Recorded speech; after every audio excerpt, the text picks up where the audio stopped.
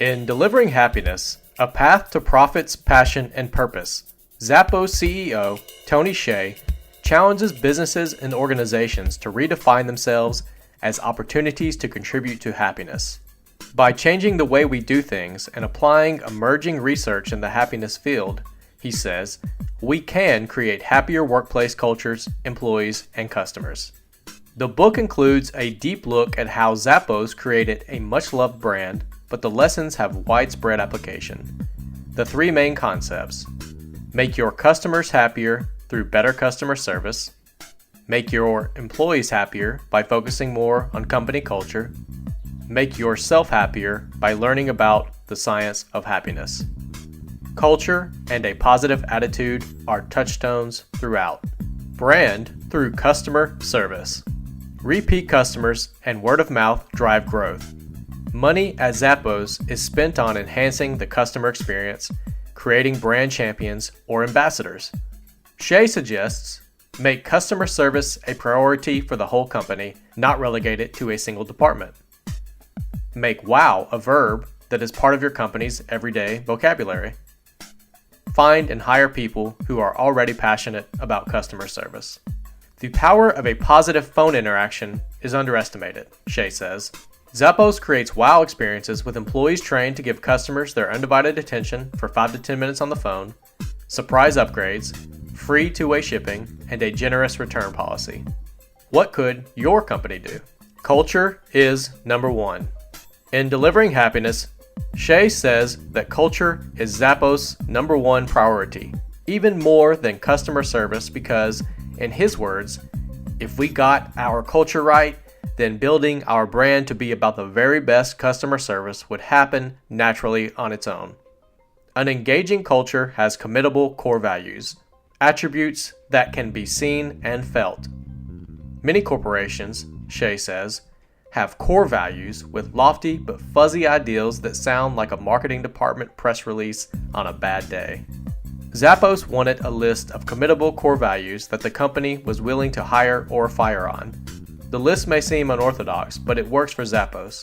Some of the brand's unique core values include: create fun and a little weirdness, be adventurous, creative, and open-minded, build open and honest relationships with communication. Creating committable core values and truly integrating them into operations can align an entire organization, providing a guide for employees to make their own decisions. Hsieh suggests taking each core value your company cites and do a Google search for each one of them. Do the words mean what you thought they did? Are they specific or so vague they could apply to any company or no one? Can your employees act on them? This exercise can serve as a test for whether or not the values uniquely fit your organization. A smart company also is open to other ways to improve culture with employees, from regular surveys to creatively posed questions, to something like a multiple choice photo ID of a random employee to log into your computer. At Zappos, these touches both engage employees and bleed over into how the company treats customers. To further support its commitment to great workplace culture, Zappos created the Zappos Culture Book, a compilation of views from Zappos employees about company culture, good and bad. This book is available on the internet to anyone, including the public, and people who read it get a real sense of what the culture of Zappos is like. What would your company culture book read like? The Science of Happiness. What is your goal in life? Now ask why. The answer is almost always happiness, or at least what you think will make you happy. Hsieh believes we are all taking different routes to get to the same goal. Learning about the science of happiness and applying those lessons to our businesses is a wise investment in making customers and employees happier. Zappos, for example, even offers a Science of Happiness class to employees. For changing organizational culture, Hsieh lays out several happiness frameworks for consideration and inspiration.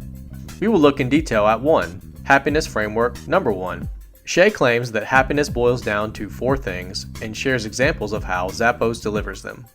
They are: perceived control. The call center implemented skill set raises where employees can bump up their pay by acquiring new skills. This gives people a greater sense of control over how much they earn. Perceived progress. Instead of giving one significant promotion over an 18-month period, the merchandising department promotes in smaller increments every 6 months. Employees like it better. The sense of progress is continual and reinforced. Connectedness. The number of good friends an employee has at work is correlated with how engaged that employee is. Earlier in the book, Hsieh admits he only hires people who he and other employees would enjoy hanging out with outside the office. Vision/meaning. What separates great companies from good ones is a higher vision, something beyond money and making profits.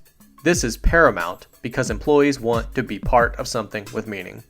How might you build a happiness framework?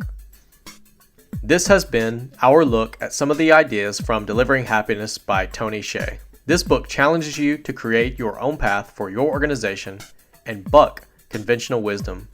Get inspiration from this book. Thanks for watching, and leave us a comment below to let us know what you think about this book review.